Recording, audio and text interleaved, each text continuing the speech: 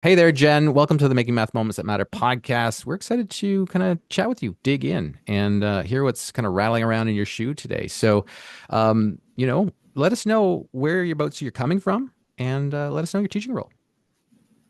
Yes, so I am a high school teacher here in Bardstown, Kentucky, and I teach primarily freshmen, ninth graders, Algebra 1, but I do have a couple of classes of geometry, so I have some 10th graders thrown in there.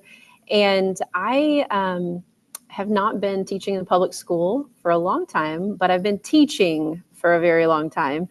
So I started with the idea that I was going to go into dentistry. Just good idea. I didn't do that since I really hate going to the dentist, but I really wanted to help people, and I came from a family of educators, and so teaching in a school setting was not super appealing to me. But it turns out I really love teaching, Hmm. and all of the experiences I ended up doing, whether it was working with children's camps or writing curriculum or I was a children's pastor for a while, so I did a lot of training and equipping and figuring out how to help people understand Hmm. deeper things, but also do it in a really fun way. And so I ended up in a teaching role in a lot of different jobs. Right. And then just recently, when we moved to this town in 2020, had the opportunity to get my credential here in Kentucky and then started teaching seventh grade science and then did eighth grade math. And now I'm at the high school doing Algebra 1 and geometry. So here I am about ready to start school next week. Awesome. Awesome. And I also came from a family of teachers, and it feels like even though you're like I wasn't going to go into teaching, it's like I think, and it maybe correct me if I'm wrong. It's like the way you described it, it's almost like your experiences we're all very teachery like, and it gave you the taste, right? And it's like I think I had the very similar experience where it's I may not have wanted to be a teacher, but all of a sudden, we're involved in this activity as a family, and it puts us in a role to be a leader or a role to be a teacher, I had many experiences like that, like coaching basketball and then doing this and then tutoring math. And then, like there was just like in it, I think when I reflect, because I never really thought about it before, but hearing you say it, it's almost like I wonder if it's just because of the influence our parents had on us on putting us in those situations, maybe unconsciously, but then, because you enjoyed those experiences and felt probably successful in those experiences, led you to go like, well, I could do this for a living. Hmm. Yes, and I think family has been a thing that has gone with it. I took a little section of our kids' late elementary, early middle school years, and we homeschooled for about 3 years. But wherever they've been, we've been really involved as a family in the schooling process and what is happening. And so I'm actually teaching at the high school where both of my children are students.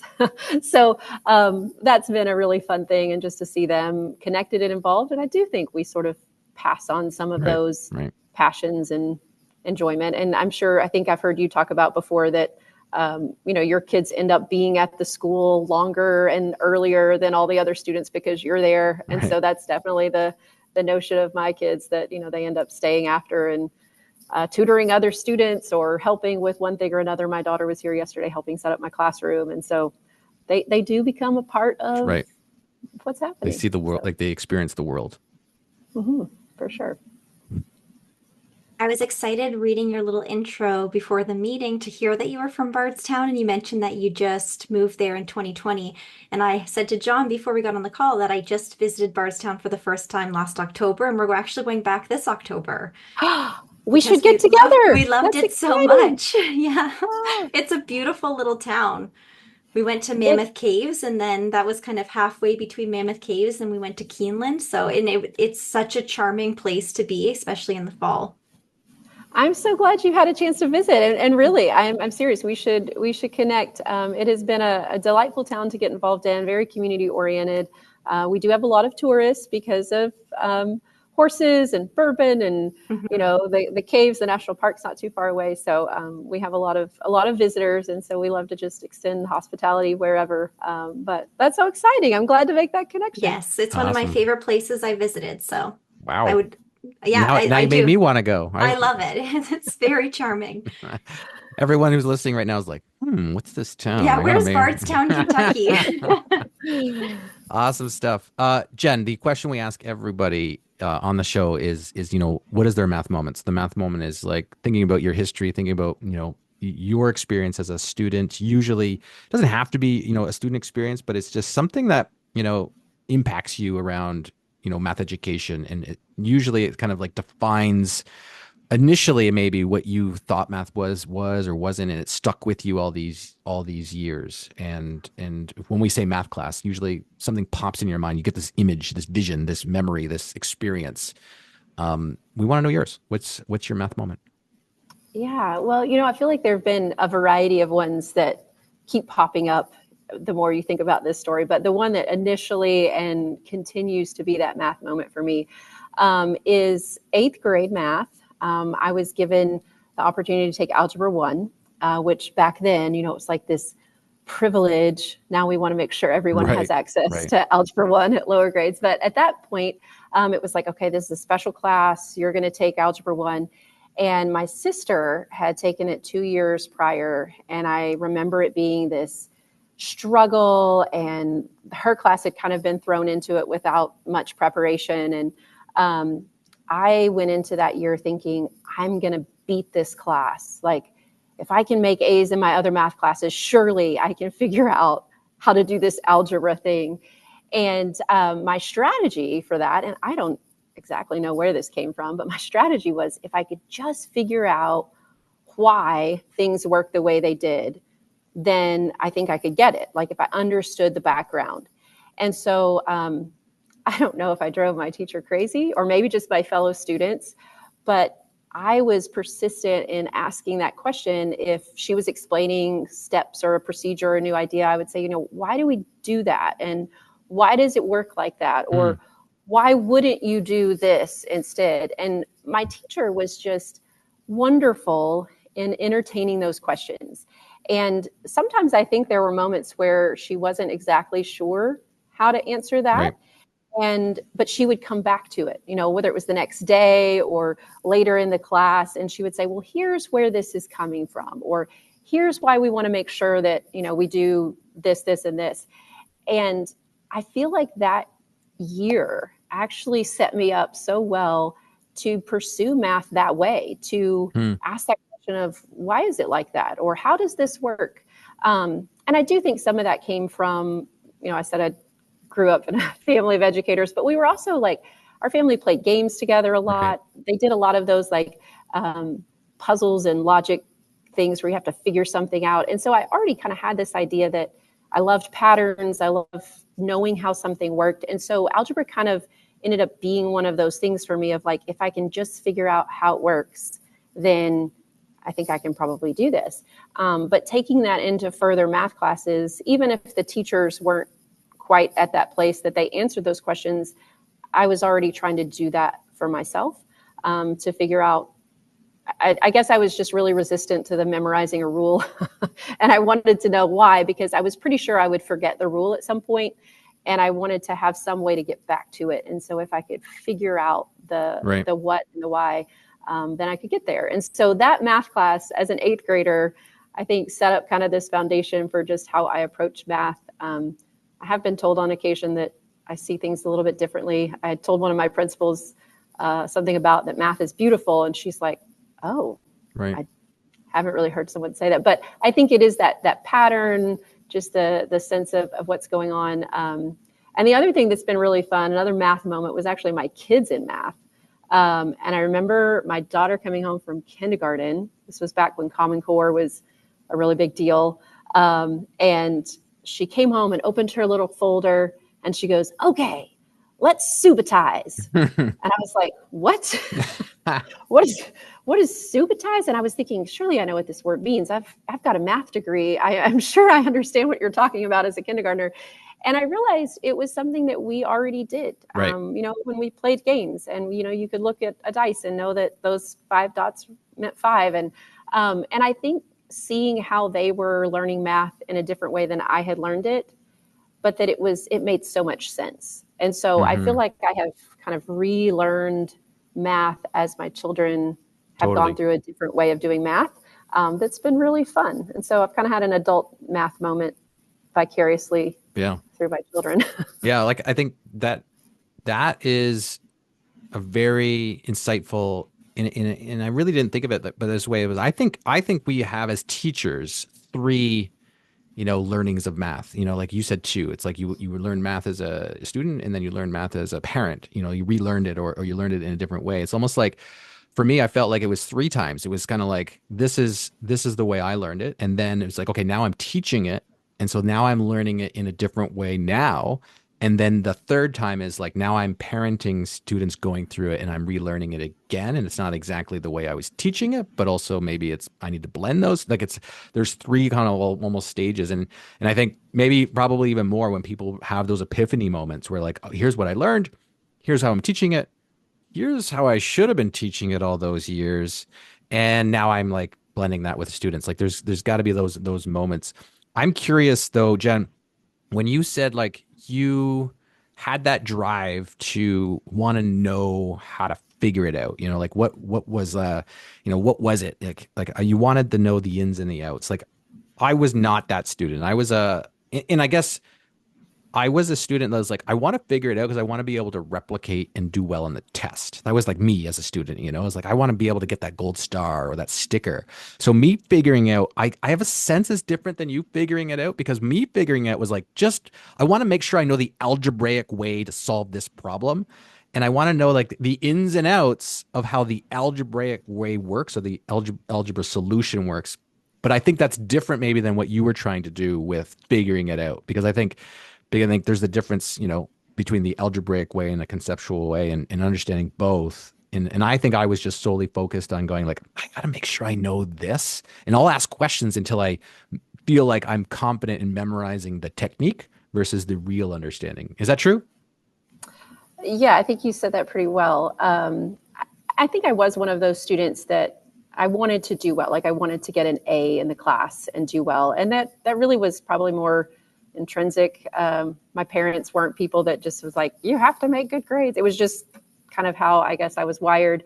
But I think for math, even though I think I am a decent memorizer of things, I think I wanted it to make sense. Like I wanted there to be some sort of deeper, this is an explanation of how this really goes. I remember I was actually tutoring a student. I was in high school and my eighth grade algebra student or teacher had referred this student to me to do after school teaching. And I was trying to find a different way to explain things to him.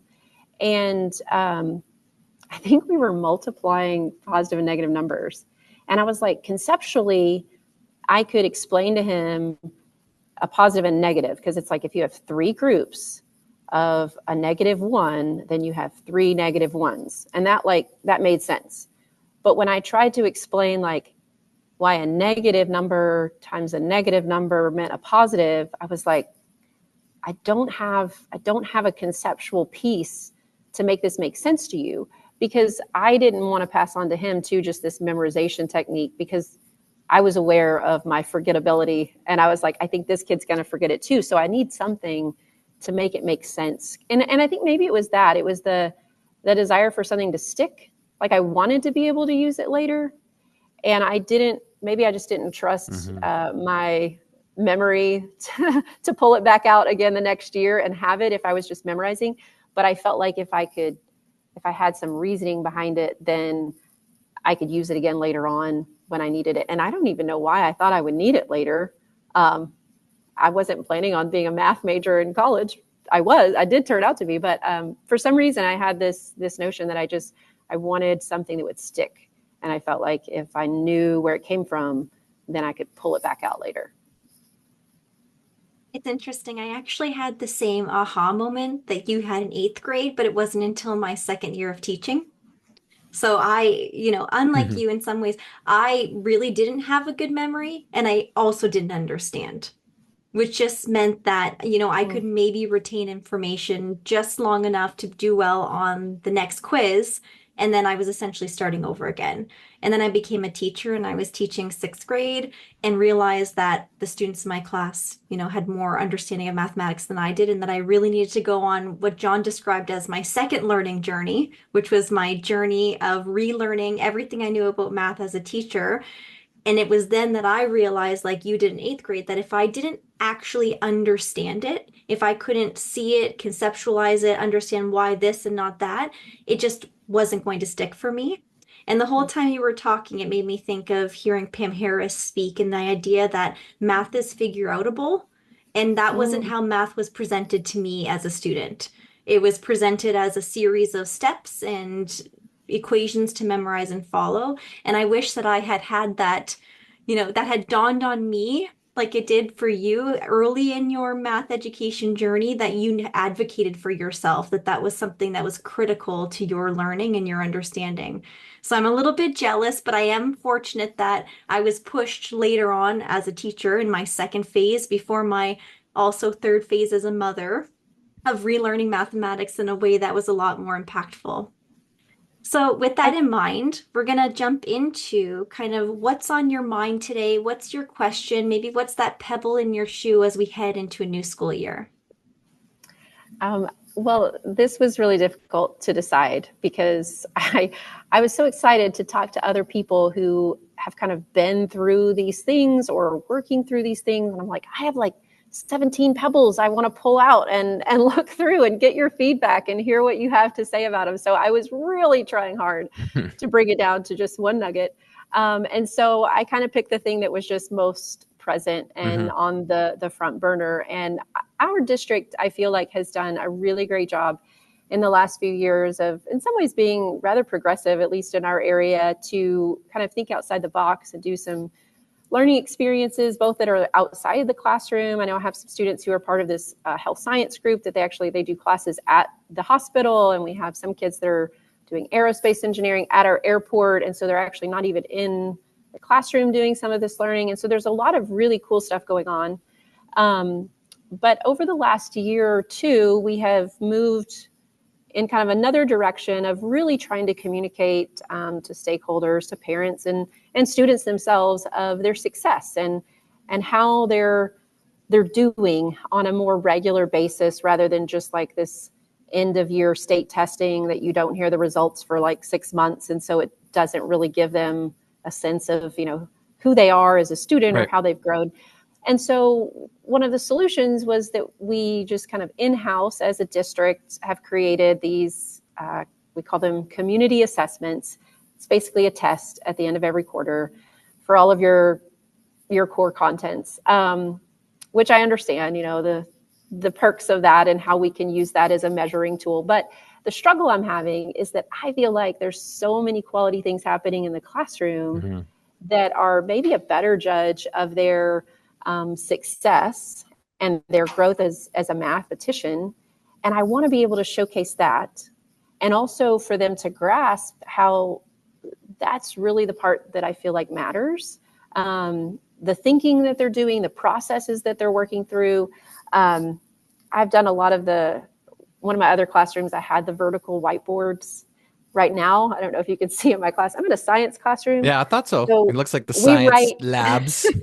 we write with chalk markers on these lab tables, Awesome. and they're horizontal. So I know it's not ideal, but it is non-permanent, Right. and we erase it. And so it still kind of works the same way. And there's Yep. a lot of thinking that I see and they see, but no one else sees. And they don't, and I don't have a tangible way to communicate that kind of outside our walls, or to really let people see that, because I think it is so different from the traditional way of measuring and comparing Right. how we're doing, that I'm really just trying to figure out some concrete ways. Now, I have done the assessment module of professional development that you guys have, and it's phenomenal. Awesome. And I started some things last year. We started the year trying to do some portfolio work. I had this growth day idea that I feel like there's a lot of ways I can do better next year that I'm really trying to figure out how to make that more effective. But I think kind of on the larger scale, other than just my classroom, is there a way that like this is what I could use to show the district, hey, my kids are doing really great in this? And just trying to kind of bridge that gap between everybody else is looking at this test score, and I would love for them to see the other stuff that I feel like is a better Right. picture. Right. So let me just kind of repeat what I think I'm hearing. So, you've been doing a lot of great things in the classroom, getting students to engage, but also engage in thinking. You're seeing that thinking, you're seeing growth in say different ways that may be measurable on content standards. And you do have to report on content standards. We all have to report on content standards and kind of demonstrate that to parents, stakeholders, principals, administration, just, the district at a higher level. We do, we are accountable for their learning and their growth on those standards. But you're saying that there are other things that I wish other people could see and what the students have done other than say the results on say the standardized tests that happen every quarter. Is that fair to say what you're kind of tinkering with right now? Yes, yes. So, And I go think ahead. that I was going to say, I think the part, especially I would love for them to see is that there's some really great skills of problem solving and understanding patterns and working together with other people that I don't know how you measure that in a way that other people can tangibly Right. wrap their heads around. Got it. So now you've done a lot of learning. You've taken our assessment course in the academy. You've done some learning probably outside of that. You've done some experimenting in your own classroom. Sounded like you tried portfolios. You've tried the growth days that we recommended in that course. Now, excuse me. I wonder if and you've got these kind of tools, or I guess sometimes we call them puzzle pieces. You've got these puzzle pieces floating around, and maybe you're just unsure of exactly how to put them together. But I think you get a sense of like what your puzzle needs to look like. So it's kind of like, well, how do I fit this together? Now, you might also go, I think I can fit some of this together, but I want to know, like, if you have, say, the portfolio ideas, what to focus on, and that you want to communicate these to stakeholders. My question is, like, what's holding you back here? That's a great question. I feel like it could be a little bit, and maybe this doesn't even exist. Maybe this is just a mental construct that I've created, is that I feel like there is a system that I have to fit in, and my puzzle pieces don't fit in the system. So I don't know where to put them. We have and I'll just kind of give you a little notion. So there's a spreadsheet, and there's, your weekly signal and your quarterly signals, and you link like concrete products to those places. And sometimes they are measured in like content areas. So out of all my algebra classes, 80% are performing at this level, or, 10% are at this level. And so they're like, where do I put that? Like, where do I have the avenue to communicate it? And maybe I need to create one. Maybe I need to say, hey guys. And I think some of that, a little bit of maybe what's holding me back is that occasionally I feel like I'm the only one with this voice, and it seems a little off because you think, well, everybody else is doing this fine. Why do I have this issue that my pieces don't fit in this current system? There probably are others that are asking those same questions, but sometimes it feels a little lonely when you're experimenting with things in your classroom and you sort of feel like the crazy one, and everybody else has a quiz or a test that fits in the box. And, my lab table chalk writing whiteboard project presentation maybe just doesn't have the outlet. And maybe I need to create it. Question that I was kind of pondering, because to me it sounds like you are doing amazing work with your students, and I hope that you're seeing that work is translating to increase student achievement, and it is translating to improve test scores. But regardless, I think you really captured this idea that your intention was to create a classroom that promotes thinking and collaboration and problem solving and all of those higher level skills. So I think my question to you is the thing that's holding you back, is it wanting to translate what you're seeing into their actual achievement, like their evaluation of their success in the course? Or is it also building kind of public confidence with your stakeholders, including parents as well as supervisors within your district? Or is it both? You hit them both. I was like, yes, that's the problem. and I think maybe that first one you said of, I think there's a fear of like, I feel like these are really great things and the students are excelling in so many ways. And I'm like, feel like they're going to take this test and it's not going to show that.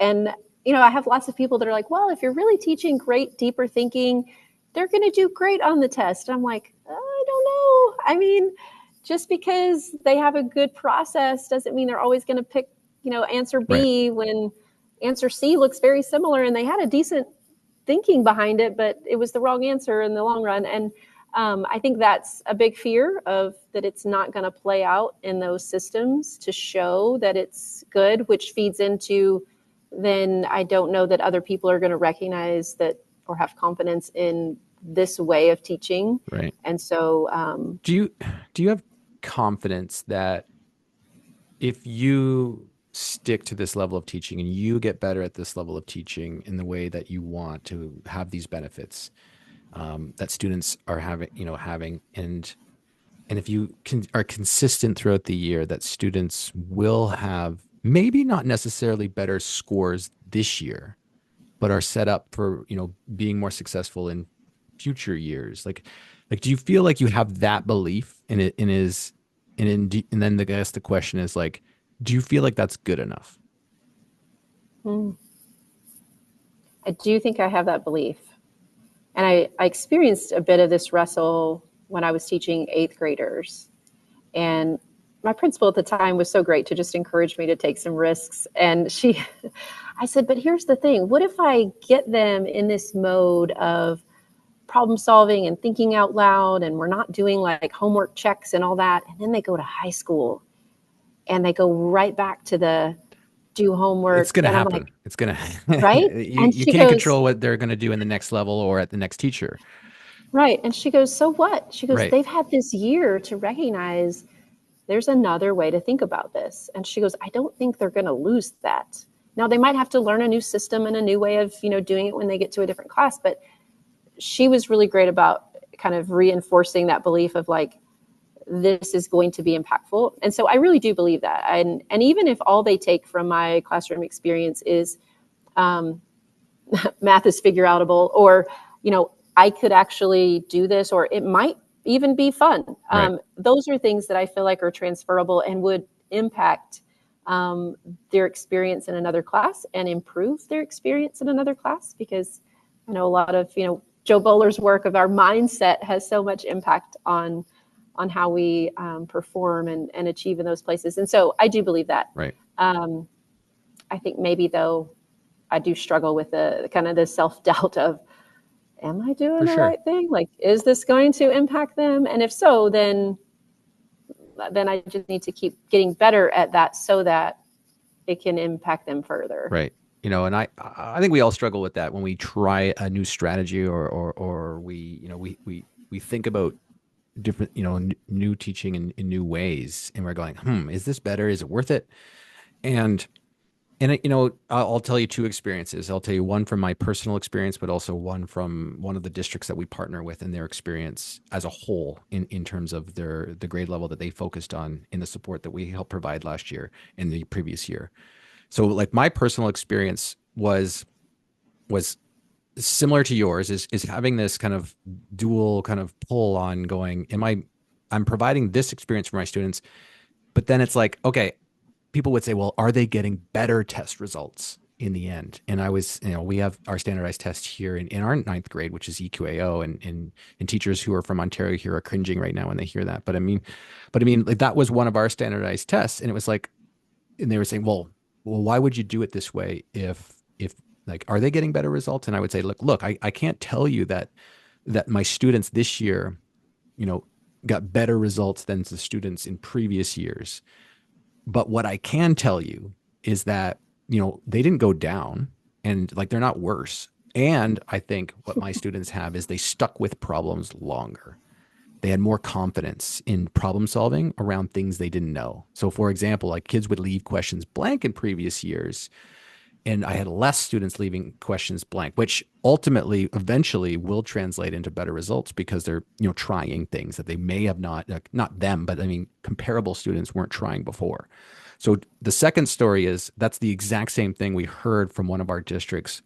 We reported this year is that, they spent the last 2 years taking our suggestions, working through our 4-stage process to help their K-8 program think about and changing the style of teaching that's happening in their classroom. And it takes time for the teachers to believe that and teachers to try, just like you've taken time. And those teachers, 2 years later, are now reporting that kids are sticking with problems longer on the standardized tests. Like they're not like the average time a kid would spend on that test is increased, which meant they're not just giving up when they were giving up in past years. And then ultimately this year, they every grade level that the team was focused on all improved in their test results. And it's simply partly because of the confidence that they were giving them throughout the year. So it's like there is power in the work that you're doing. It is all, what you're doing is based off research to say these are the good strategies to be using in our students, not just because it's engaging, but because kids will learn the important things about what, learning math and how to retain that learning in math and how to stick with things longer. Like that's the benefit that I always look at. So when you turn that to go, how do I report that? You can say, I have confidence that over time, students will get better on those things because I'm giving them the skills. But in the meantime, you're going, well, how do I do that too? Like, how do I showcase that? And I think you were tinkering with if I want to report on problem solving, perseverance, collaboration, why not just report on that to the people that matter? Like, why don't I create something? Because it's like, if these are the things you value, and it's something that I've learned along the way, is that when you measure things, like if you decide these are the things that matter and you measure them, they get better. Like they will get better. So if you're like, hey guys, these are the things that matter in our classroom. Like every year, I always start the year off with like thinking about the pillars of mathematics. What are the things that really matter here? And you create as a class the things that matter. And you can say that, like collaboration matters, perseverance matters, the things that you just said really matter. And when they know that those are the things that matter, in addition to their test scores and the content, achievement that they're getting, throughout the year, because you have to report on that, is I also want to see how you progress on these ideas in these concepts, these skills that we're trying to build here in this room, because they really matter about what we're doing here. And there's nothing wrong with you sending home your own report. Yes, it is a little bit more work to do, but tracking and going, where are you on your perseverance? Maybe it's a self-assessment. Maybe it's a combined self-assessment with you and them. It's for, and send that home to parents so that in addition to the report card that goes home quarterly, there's an extra piece of paper that has, these are the things that we also value in our classroom. And here's how your student's doing on, these say measurable skills, traditionally measured skills. And then in order to create that, you then have to go, what is my success criteria?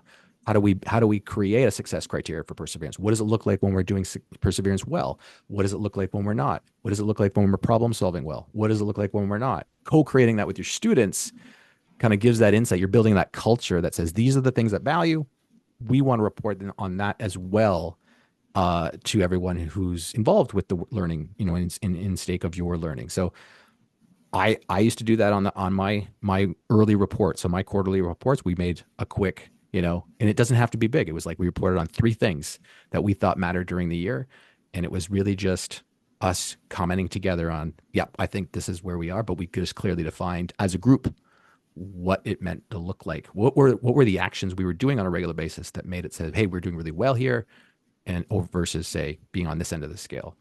So I think maybe what holding you back was like, do I have to create something? And then now you're like, maybe, I don't know. What do you think? Like, does that feel like that's a reasonable next step for you? Or is it like, no, you're John, you're way off. And I don't even want to venture down that road. No, I think you're right on. And I think sometimes, like I said, I think some of these barriers are sort of self-constructed, and there's a good bit of freedom to be like, I could do that. I could make my own piece, which is in some ways the mindset our district has had of like, right, we don't have to wait for the state to take a test at the end of the year. We can create our own ways of doing this. So I could, in a micro, environment in my classroom, like, well, I don't have to wait for the district to do this. I could do this. And it made me think while you were talking about it. So I had done never say his last name right, but Peter, who writes the book about building thinking classrooms. Peter Lilladall. There you go. He has a great section in there about working with your students to create rubrics on, Right. collaboration and these different things. And so that's actually part of week one, where we do group Right. tasks, and then they kind of develop out of that, what did we see that was good about collaborating? Totally. What didn't work? And that helps us kind of form our rubric. And I'm thinking in my mind, I could use that. Like we could have our rubric, and I think now even just kind of playing with, do I want to do that per student? Like, do I want to have reports that kind of show where a student is, or maybe even just as a class? I think I have a tendency to just try to do all the things. And I think one of the things that helps me is just to say, I'm going to do this one thing right now, and we can add to that as we go. But even if, as a class, to say, here's where our algebra class is, as far as persevering in problem solving, and here's what it would look like for us to move to the next level. And I think sometimes just helping people, parents and students and our district leaders see that that's what we're doing with this, is maybe a really great place of just kind of that convincing piece of, here's some good stuff, things that they can take beyond math class that are going to help them. So in a long answer, yes, I think that's a great idea. Thank you, John. Thanks for the freedom to just Right. make something up and use it well. I think when it comes to building public confidence, and certainly parents, it's student voice, right? Like when they hear from their child that it's a positive learning experience, that they feel more confident, that they are enjoying math, that they see themselves as a mathematician, that's really powerful. And certainly for supervisors as well. It really made me think about just the power of self-assessment and metacognition. And if you are already generating those rubrics, what are the routines that are in place where students can stop and reflect individually on their contributions, their progress, their areas for growth? I love that idea that John shared of, really building that into part of your culture, that they are reflective and that those assessments might be individualized and, as John suggested, be shared with parents as well. So with that in mind, as we come to the end of this conversation, what would you say your biggest takeaway is? Biggest takeaway. Well, I think it is that freedom to create and develop something that measures what you feel like really matters. And we're seeing it, like you said, there's a confidence of this is working. But sometimes there isn't an existent way or a channel to communicate that. So what that means is we just need to make them. And so I think I feel rather empowered that Awesome. I could do that, or I could start. And so I think that's my takeaway of maybe instead of just getting frustrated or a little defeated and how do I make this fit in this piece, of just, create a way that it would work. And so I'm kind of excited to just try that. And I'm sure there will be a number of versions of it as Right. as For the sure. year goes along. But this is a great place to start for a new year. Awesome. Awesome. What would you say is your immediate next step, like just immediate next step for that move to do that creation? Um, I think it would be having some specifics when we make those rubrics of Right. what is measurable. I think the kids do a really great job of kind of pulling out, this is what good collaboration looks like, or this is what this is, but kind of some things that then they could assess on their own. Right. That, like you were saying, Yvette, of a self-assessment tool. So creating a way to help them pinpoint a measuring way of those elements that they already kind of understand. This is a good thing, this is a bad thing, but what am I going to actually measure in that? And that way I will have a way to kind of empower them to gauge their own growth. Love it. So Yeah. Love it. Jen, would you mind if we check in 8, maybe 10 months from now and see how things have gone throughout the year? I would love that. Oh, I feel like learned so much from you guys over the years of just listening to your podcast and using, curriculum and all those things, that there's such power in other voices, just kind of journeying with us on that. And so, yeah, that'd be great. awesome. Awesome. Yes, it's a community. We have to keep our community alive, and that's how we get better, is when we chat with each other and experience learn from the experiences of each other and hear about what's happening and what needs to be fixed or what needs to be adjusted or how you handle the situation. This is how we all get better. But thank you for joining us here, Jen. We appreciate the conversation. We appreciate you taking time out of your busy start up to the school year, and wish you all the best coming in the school year. And we'll look out for an email from us later in the year, and we'll set up another time to kind of catch up. That sounds great. Thank you so much. I appreciate both of you and your feedback and your involvement. So thanks so much. Thanks, Jen.